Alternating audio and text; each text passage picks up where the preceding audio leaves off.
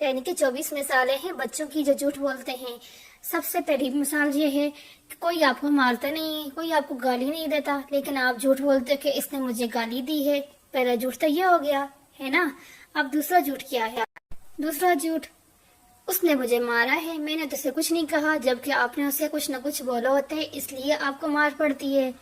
دو جھوٹ ہو گئے۔ اور تیسرا جھوٹ یہ، تیسرا جھوٹ، اس نے میرا کھلونا توڑا ہے، جبکہ اس نے کھلونا توڑا ہی نہیں ہوتا۔ چوتھا جھوٹ جو ہے وہ یہ ہے کہ بھوک ہونے کے باوجود یہ کہنا اپنی من پسند چیز کھانے کے لیے کہ مجھے تو بھوک ہے ہی نہیں۔ اور اس کے بعد اگلا جھوٹ ہے جب آپ کو دودھ وغیرہ دیے جاتے ہیں پینے کے لیے اور آپ جھوٹ بولتے ہیں، اس کے ادھر ادھر سنک کے اندر، واش روم کے اندر جا کے ادھر ادھر پھینک کے بہا دیتے ہیں اور کہتے ہیں کہ ہم نے تو دودھ پی لیا ہے۔ نہ کرنے کے باوجود یہ کہتے ہیں نا کہ میں نے تو اپنا ہوم ورک کر دیا ہے، میں نے تو سبق یاد کر دیا ہے، یہ بھی تو جھوٹ ہے نا۔ چھوٹے بہن بھائیوں کا ریزل رہ کر یہ کہنا کہ یہ تو میرا ریزل ہے، یاد ہونے پر بستر میں پیشاب کرنے کے بعد یہ بولنا کہ میں نے تو بستر پہ پیشاب ہی نہیں کیا، یہ بھی تو جھوٹ ہوا نا بچوں۔ فریج سے کوئی چیز نکال کے کھا لی اور کھانے کے بعد بولا کہ میں نے تو یہ چیز کھائی نہیں ہے۔ آپ کا اپنا گھر ہے، اپنے اگر چیز نکالیے کھائیے تو بول دیں ہاں میں نے کھائی ہے، جھوٹ بولنے کی تو ضرورت ہی نہیں ہے۔ کیوں؟ ایسے ہی کرنا چاہیے نا، جھوٹ نہیں بولنا چاہیے۔ آپ گر جاتے ہو اور جب آپ کو کسی نے دھکا نہیں دی ہوتا، لیکن جو آپ کے ساتھ اب بھائی ہوتا ہے یا آپ کو دوست ہے کوئی بھی ہوتا ہے تو آپ کہتے ہیں اس نے مجھے دھکا دیا اس لیے میں گر گئی، جب آپ کو پتہ ہوتا ہے کہ آپ خود گرے ہو، آپ کو کسی نے کوئی دھکا وغیرہ نہیں دیا۔ اور یہ بھی جھوٹ ہوا۔ مسجد کے اندر یا مدرسے اسکول کے اندر آپ کو پیشاب نہیں آیا رہا ہوتا، لیکن آپ پھر استاد یا ٹیچر کو بولتے ہو کہ ہمیں پیشاب آیا ہوا ہے، ہمیں واش روم جانا ہے، یہ بھی تو جھوٹ ہوا نا۔ آپ خود شور کر رہے ہوتے ہیں لیکن جب اوپر سے کوئی آتا ہے تو کہتے ہیں میں تو شور نہیں کر رہا تھا، یہ تو فلاں شور کر رہا تھا، یہ بھی جھوٹ ہے۔ ہوم ورک نہ کرنا، یعنی کہ ٹیچر کو جا کے بولتے نا مجھے تو بہت زیادہ بخار تھا کل، جس وجہ سے میں نے بخار نہیں کیا، ہوم ورک نہیں کیا، جبکہ آپ کو بخار نہیں ہوتا، آپ نے ویسے ہی ہوم ورک نہیں کیا ہوتا، یہ بھی جھوٹ ہوتا ہے۔ فلاں بچے نے شرارت کی ہے، میں تو بڑے آرام سے بیٹھا ہوا تھا، حالانکہ آپ بھی ان کے ساتھ باقاعدہ شرارت کر رہے تھے، یہ بھی جھوٹ ہوا۔ آپ نے پینسل خود توڑی یا آپ سے ٹوٹ گئی اور آپ نے جھوٹ بولا کہ میری پینسل فلاں نے توڑ دی ہے، یہ بھی جھوٹ ہوا۔ آپ کو کسی چیز کے لیے پیسے دیے کہ وہ چیز لے آؤ، آپ نے وہ پیسے کھا لیے اور کھانے کے بعد گھر آ کے بولنا میرے سے تو وہ پیسے گر گئے ہیں یا میرے پیسے کسی نے چرا لیے ہیں، یہ بھی جھوٹ ہوا۔ آپ نے اپنی انک یعنی کہ سیاہی سے اپنے کپڑے گندے کیے، گندے کرنے کے بعد ڈانٹ پڑنے کے ڈر سے یہ بول دینا کہ میرے فلاں بچے نے میرے اوپر انک پھینک دی تھی جس کی وجہ سے میرے کپڑے گندے ہو گئے، یہ بھی تو جھوٹ ہوا نا۔ جس دن اسکول جانے کا دل نہ ہو تو جھوٹ موٹ میں بولنا ہائے میرے پیٹ میں درد ہے، ہائے میرے پیٹ میں درد ہے، جبکہ آپ کے پیٹ میں درد بالکل بھی نہیں ہوتا، یہ بھی جھوٹ ہوتا ہے۔ اس طرح بچے چھوٹے بڑے سب یہ جو میں نے آپ کو بتائیں جھوٹ ہوتے ہیں، ان کا بھی بہت زیادہ گناہ ملتا ہے، اللہ تعالیٰ ناراض ہوتے ہیں، اس لیے آج کے بعد آپ نے یہ سب جھوٹ نہیں بولنے ہیں۔ اس کے بعد جو اگلی ہماری کہانی ہے وہ بھی بڑی مزیدار ہے۔ چلیں پہلے میں آپ کو اگلی کہانی سے پہلے ایک بات یہ بتا دیتی ہوں کہ آپ کو پتہ ہے دان بہت باقاعدگی سے صاف کرنا چاہیے، اس لیے ہمیں مسواک استعمال کرنی چاہیے۔ مسواک استعمال کرنا سنت بھی ہے اور اس سے ہمارے دان جو ہوتے ہیں نا وہ مضبوط ہو جاتے ہیں، اسٹرانگ ہو جاتے ہیں۔ جب ہمارے دان اسٹرانگ ہو جاتے ہیں پھر ہمارے دانوں کو کیویٹیز جراثیم وغیرہ کچھ بھی نہیں کر سکتے۔ اور ہاں جب بھی کھانا رات کو سونے سے پہلے تو باقاعدگی سے اپنے دانتوں کو صاف کر کے سونا چاہیے، کیوں جب ہم لوگ کھانا کھاتے ہیں ہمارے منہ کے اندر جو کھانا رہ جاتے ہیں نا چھوٹے چھوٹے ذرا جو ہمیں نظر نہیں آتے وہ ہمارے منہ کے اندر گندے ہو جاتے ہیں، گندے ہو کے وہ جراثیم سے ہوتا ہے، وہ جراثیم بن جاتے ہیں جس سے ہمارے دانت خراب ہو جاتے ہیں، دانتوں میں درد شروع ہو جاتے ہیں اور ہمارے دانت کالے پیلے ایسے ہو جاتے ہیں جس سے ہمیں درد وغیرہ جب ہوتا ہے تو ظاہر سی بات بہت تکلیف ہوتی ہے۔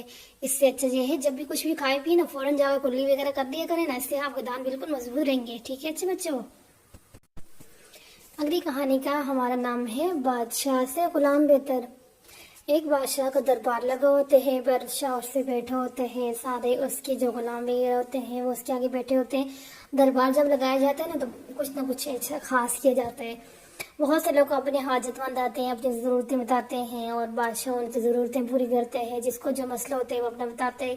اتنے میں ایک سوداگر آتے ہیں، وہ اپنے ساتھ 10-12 لوگوں کو لے کے آتے ہیں اور بادشاہ کو کہتے ہیں بادشاہ سلامت ان میں سے آپ کسی ایک جتنے بھی آپ کو چاہیے آپ ان میں سے غلام اپنے پاس رکھ دیں، میں آپ کے لیے یہ نذرانہ لے کے آیا ہوں، آپ کو جو ان میں سے پسند ہے رکھ لیں، مجھے پتہ ہے آپ کے پاس غلاموں کی کمی نہیں ہے، آپ تو بادشاہ ہیں، لیکن میں اپنی خوشی کے ساتھ ہی آپ کے لیے لے کے آئی ہوں۔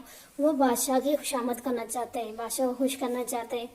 اتنے میں بادشاہ کہتے ہیں کہ چلو ٹھیک ہے، میں ایسے کرو کہ اس نے جو بندے لے کے آئے ہیں ان سب کو لے آؤ اور میں ان سے کچھ سوالات کروں گا۔ باری باری وہ جاتے ہیں، جا کے جو بندے وہ لے کے آتے ہیں اس کے لے آتے ہیں، بادشاہ کے سامنے کھڑا کر دیتے ہیں۔ اب بادشاہ ان سے سوال کرتے ہیں، باری باری وہ جتنے بھی وہ غلام لے کے آتے ہیں ان سے سوالات کرتے ہیں، لیکن بادشاہ ان سے مطمئن نہیں ہوتا اور سوداگر کو کہتا ہے کہ جو تم غلام لائے ہو، جتنی تم نے ان کی تعریفیں کی تھی، مجھے یہ اس قابل نہیں لگے، اس لیے تم ایسا کرو کہ ان کو واپس لے جاؤ۔ یہ سن کر سوداگر مایوس ہو جاتے ہیں اور کہتے ہیں کہ نہیں، یہ بہت اچھی ہیں، یہ ہیں وہ ہیں۔ وہ کہتے ہیں نہیں، اس کے علاوہ اگر تمہارے پاس کوئی اور شخص ہے تو وہ لے آؤ، ہو سکتا ہے کہ وہ صحیح ہو۔ یہ سن کر سوداگر کہتے ہیں ہاں، ایک بندہ تو میرے ساتھ ایک اور آیا ہوا ہے، لیکن وہ مجھے نہیں لگتا کہ اس قابل ہے کہ آپ یہ بادشاہت، آپ کے دربار کے اندر ملازمت کر سکے۔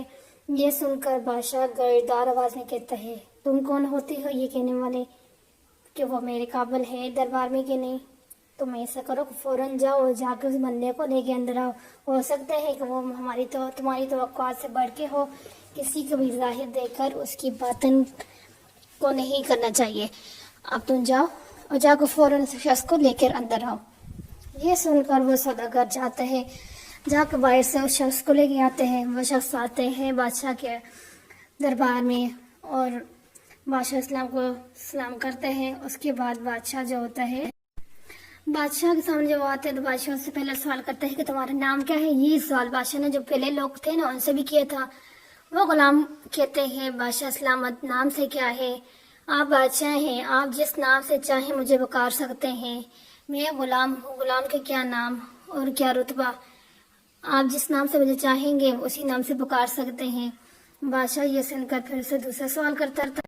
بادشاہ اس شخص سے دوسرا سوال کرتے ہیں اچھا یہ بتاؤ تمہیں کھانے میں کیا پسند ہے؟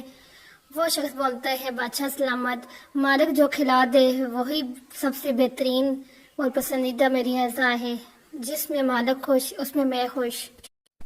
یہ سننے کے بعد اب بادشاہ اس سے تیسرا سوال کرتے ہیں کہ میں تمہارے سوالات سن کر بہت خوش ہوا ہوں، اب تم مجھے یہ بتاؤ جو تم مانگنا چاہتے ہو مانگو، جو تمہاری خواہش ہے وہ پوری کروں گا میں آج۔ یہ سن کر وہ جو بندہ ہوتا ہے نا وہ بولتا ہے کہ میں انسان ہوں، میرے کیا مجال کہ میں جو ہے کسی چیز کی خواہش کروں، جو چیز میں آپ دینا چاہیں دے سکتے، نہ اختیار اپنا ہے نہ آرزو، اس لیے میں ایک غلام ہوں، اس لیے مجھے کسی چیز کی کوئی طلب نہیں ہے۔ یہ سن کر جو بادشاہ ہوتے ہیں وہ نعرے تکبیر کرتے ہیں، اللہ اکبر کرتے ہیں اور بے ہوش ہو جاتے ہیں۔ بے ہوش ہونے کے بعد جب اسے ہوش آتے تو پھر وہ کہتے ہیں کہ ہم انسان کتنے نادان ہوتے ہیں، اتنے سارے حضرات سب کچھ ہونے کے بعد ہم اپنے اللہ کا شکر ادا نہیں کرتے۔ اس لیے پیارے بچوں ہر وقت اللہ کا شکر ادا کرنا چاہیے، اس نے ہمیں آنکھیں دی، بہت ساری نعمتیں دی۔ اوکے، کل کے